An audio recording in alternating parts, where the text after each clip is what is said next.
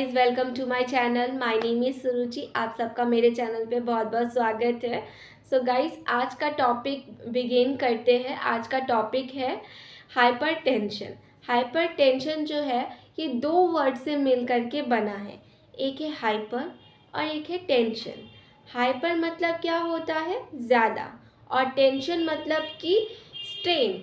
जब हमारे blood vessels पे ज़्यादा स्टेन पड़ जाता है तो उस कंडीशन को हम लोग हाइपरटेंशन कहते हैं। या फिर हम इसे इस तरीके से भी समझ सकते हैं कि जब हमारा सिस्टोलिक ब्लड प्रेशर या फिर डायस्टोलिक ब्लड प्रेशर या फिर दोनों जब बढ़ जाता है नॉर्मल से, तो उस कंडीशन को हम लोग हाइपरटेंशन कहते हैं। हमारा नॉर्मल ब्लड प्रेशर कितना होता है? हमारा नॉर्मल ब्लड प्रेशर होता है 130/80 mmHg। तो जब इससे बढ़ जाता है ब्लड प्रेशर, उसी कंडीशन को हाइपरटेंशन कहते हैं। Nearly half of the adults of United Kingdom are suffering from the hypertension. May be half of the adults जो है यूनाइटेड किंगडम के, वो हाइपरटेंशन से सफरिंग है। और ये हाइपरटेंशन जो है ये मोस्ट कॉमन है नॉन हिस्पैनिक ब्लैक एडल्ट्स में as compared to non Hispanic white adults. So ये था थोड़ा सा इंट्रो ऑफ हाइपरटेंशन। अब हम बात करते हैं इसे कितने टाइप्स होते हैं। हाइपरटेंशन के जो है वो दो टाइप्स होते हैं। एक होता है प्राइमरी, एक होता है सेकेंडरी। प्राइमरी जो होता है उसका कोई पर्टिकुलर काउज नहीं हो सकता, वो किसी भी कारण हो सकता है। ठीक है। सेकेंडरी के कुछ पर्टिकुलर काउज होते हैं, जैसे कि aldosterone, sleep apnoea and chronic kidney disease. अब हम बात करते हैं हाइपरटेंशन इन प्रेगनेंसी। जैसा कि हम लोग जानते हैं कि प्रेगनेंसी में कोई भी अगर डिजीज़ होती है तो उसको अलग नज़रिए से देखना पड़ता है, अलग केस में देखना पड़ता है, और उसके लिए अलग मैनेजमेंट भी करना पड़ता है। ठीक है। तो हम देखते हैं कि हाइपरटेंशन प्रेगनेंसी में क्या काउज करता है या प्रेगनेंसी के बाद क्या काउज कर सकता है।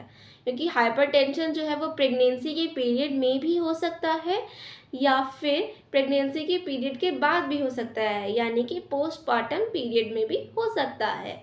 तो ये दो कंडीशन क्रिएट करता है। एक होता है प्री एक्लेम्सिया, एक होता है एक्लेम्सिया। प्री एक्लेम्सिया क्या होता है? ये जो कंडीशन है ये हमारा after 20 weeks of gestation period के बाद डेवलप करता है, या फिर समटाइम 6 वीक के बाद ही डेवलप कर जाता है। गेस्ट्रेशन पीरियड होता क्या है? गेस्ट्रेशन पीरियड जो वुमेन में प्रेगनेंसी आई है उसमें फर्टिलाइजेशन से लेकर के जो डिलीवरी तक का जो पीरियड होता है उस पीरियड को हम लोग गेस्ट्रेशन पीरियड कहते हैं। तो उस डिलीवरी के बाद 20 हफ्ते के बाद या फिर 6 हफ्ते के बाद ये डिजीज़ देखने को मिलती है। इसमें होता क्या है? इसमें जो है प्री एक्लेम्सिया में हाइपरटेंशन प्लस प्रोटीन यूरिया की कंडीशन देखने को मिलती है। प्रोटीन यूरिया क्या होता है कि जब हमारे यूरिन में प्रोटीन पास आउट होने लग जाते हैं। नॉर्मली जो होता है हमारे यूरिन में प्रोटीन पास नहीं करता है, क्योंकि उसकी मॉलिक्यूलर साइज जो होती है वो थोड़ी बड़ी होती है। तो क्या क्या हुआ प्री एक्लेम्सिया में? प्री एक्लेम्सिया जो है इसमें हाइपरटेंशन एंड प्रोटीन यूरिया की कंडीशन देखने को मिलती है। उसी कंडीशन को हम लोग जो है वो प्री एक्लेम्सिया कहते हैं। अब एक्लेम्सिया क्या होता है? एक्लेम्सिया जो होता है उसमें हमारा hypertension plus proteinuria and plus seizure का कंडीशन देखने को मिल जाता है। जब ये तीनों कंडीशन साथ में देखने को मिल जाता है आफ्टर द डिलीवरी, उस कंडीशन को हम लोग एक्लेम्सिया कहते हैं। तो ये हो गया हमारा प्रेगनेंसी में हाइपरटेंशन क्या काउज किया, उसके बारे में कुछ छोटी सी जानकारी। अब हम लोग बात करते हैं इसके काउज क्या होते हैं। क्योंकि मैंने स्टार्टिंग में बताया था कि ये दो तरह का होता है, प्राइमरी एंड सेकेंडरी। तो प्राइमरी के कुछ भी काउज हो सकता है, लेकिन इसका मेन काउज अधिकतर जो है वो इन्वायरमेंटल फैक्टर्स ही होता है। ठीक है। तो सेकेंडरी काउज क्या हो सकता है? Secondary aldosterone, sleep apnoea, chronic kidney disease या फिर ओबेसिटी, ये सब इसके कारण हो सकते हैं सेकेंडरी हाइपरटेंशन के। ठीक है, तो ये सब हो गया हमारा काउज ऑफ द हाइपरटेंशन। अब क्या क्या साइन देखने को मिल सकता है हाइपरटेंशन में? तो हाइपरटेंशन में हमें डिजीनेस देखने को मिल सकता है, फटीग देखने को मिल सकता है, हेडेक देखने को मिल सकता है और फेशियल फ्लशिंग देखने को मिल सकता है, एपिस्टेक्सिस भी और नर्वसनेस भी देखने को मिलेगा। इसमें जो है ये आपको कुछ टर्म्स थोड़े से अलग ही होंगे, जैसे कि फेशियल फ्लशेस। फेशियल फ्लशेस का क्या मतलब हुआ कि मतलब फेस जो है ना वो उतरा उतरा सा दिखना, पेल टाइप दिखना थोड़ा सा इसमें।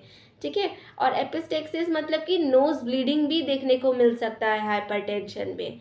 ठीक है, अगर ये कॉम्प्लिकेशन हो जाए, मतलब कि हाइपरटेंशन का अगर कोई कॉम्प्लिकेशन हो जाए तो वो किसी पर्टिकुलर ऑर्गन पे होता है। तो जिस भी पर्टिकुलर ऑर्गन पे इसका कॉम्प्लिकेशन देखने को मिलेगा उस पर्टिकुलर ऑर्गन के मुताबिक उसमें साइन एंड सिम्टम्स नज़र आएंगे। अब इसका ट्रीटमेंट क्या है हाइपरटेंशन का? तो हाइपरटेंशन का एक काउज हमने पढ़ा था ओबेसिटी, तो इसलिए इसका एक ट्रीटमेंट ये भी है कि हमें वेट लॉस करना चाहिए और एक्सरसाइज करना चाहिए। क्योंकि एक्सरसाइज तो हमें रोज़ ही करना चाहिए। एक्सरसाइज से जो है हमारा मेटाबॉलिज्म भी फास्ट होता है, हमारे बॉडी में ब्लड सर्कुलेशन भी इंक्रीज़ होता है। ब्लड सर्कुलेशन इंक्रीज़ होगा तो हमारा बीपी जो है वो नॉर्मल रहेगा। ये कंडीशन है, इसलिए हम सब लोग कहते हैं कि एक्सरसाइज किया करो। एक्टिव लाइफस्टाइल जीना बहुत ज़्यादा ज़रूरी है, क्योंकि अगर हम एक्टिव लाइफस्टाइल नहीं जिएंगे ना तो हमारे बॉडी में अपने आप बहुत सी डिजीज़ ऐसे होने लग जाती है।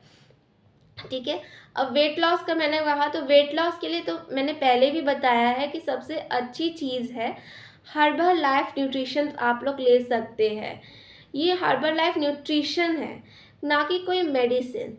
तो आपको अगर आप सोच रहे होंगे कि वेट लॉस तो ऐसे भी हो जाता है, हम कुछ खाना छोड़ दे, आज का खाना अभी सुबह नहीं खाएंगे, सिर्फ दोपहर में खाएंगे, रात में भी नहीं खाएंगे, तो हमारा वेट लॉस तो ऐसे ही हो जाएगा। लेकिन वो वेट लॉस हुआ, बट वो हेल्दी वेट लॉस नहीं हुआ। हेल्दी वेट लॉस का क्या मतलब होता है? हेल्दी वेट लॉस का मतलब कि आपके बॉडी को जो भी न्यूट्रिशन चाहिए था आपने उसे वो भी प्रोवाइड कराया है, और जो भी अननेसेसरी फैट था उसको रिमूव किया है। ये होता है हमारा हेल्दी वेट लॉस। और हर्बल लाइफ जो है वो यही हेल्दी वेट लॉस कराती है। उसके न्यूट्रिशंस में जितने भी हमारे न्यूट्रिएंट्स, विटामिन्स हमें चाहिए होते हैं, हमारी बॉडी को नीडेड होते हैं, वो सब उसमें मौजूद होता है। तो जब हम उसे इनटेक करते हैं तो हमारा वेट लॉस भी होता है एंड हमारे बॉडी में न्यूट्रिशन की कमी भी नहीं होती है। तो अब हम बात करते हैं अनदर ट्रीटमेंट क्या है। स्मोकिंग। स्मोकिंग भी जो है वो एक काउज है हाइपरटेंशन का, तो हमें स्मोकिंग को भी जो है वो अवॉइड करना चाहिए। हमें एडिक्वेट स्लीप लेना चाहिए, हमें प्रॉपर स्लीप लेना चाहिए, क्योंकि स्लीप भी जो है वो एक कारण है। तो जब हम प्रॉपर स्लीप लेंगे तो हमारा जो माइंड है वो फ्रेश रहेगा, हमारा पूरा बॉडी फ्रेश रहेगा, माइंड फ्रेश रहेगा, तो हम लोग अपने लाइफस्टाइल्स को और अच्छा कर पाएंगे। ठीक है, और प्रॉपर डाइट लेना चाहिए। कभी भी ये नहीं कि हाँ ठीक है रोटी चपाती दाल भात तो मैं खा रहा हूँ बस हो गया, ये तो मैंने खा लिया, ये नॉर्मल खाना हुआ। आपको साथ में फ्रूट्स लेने चाहिए, ग्रीन वेजिटेबल्स खाने चाहिए, जितने भी न्यूट्रिशंस है वो आपको लेने चाहिए। ठीक है, तो ये सब जो था वो हमारा हाइपरटेंशन के बारे में था, और हाइपरटेंशन को कैसे हम लोग मैनेज कर सकते हैं उसके बारे में था। हाइपरटेंशन के लिए हम लोग ज़्यादातर ना क्या करते हैं कि हाइपरटेंशन है, अब इसका डिजीज़ हो गया है, अब इसे कुछ नहीं कर सकते। अगर आप चाहें तो अपनी लाइफस्टाइल में कुछ चेंजेस करके हाइपरटेंशन को अपने लाइफ से भगा सकते हैं। ये हाइपरटेंशन जैसी बीमारी जो आजकल बहुत सी एडल्ट्स में देखने को मिल रही है वो नहीं होगी। So guys, this is the end of the videos. So tata, bye bye, मिलते हैं फिर नेक्स्ट वीडियोज़ में।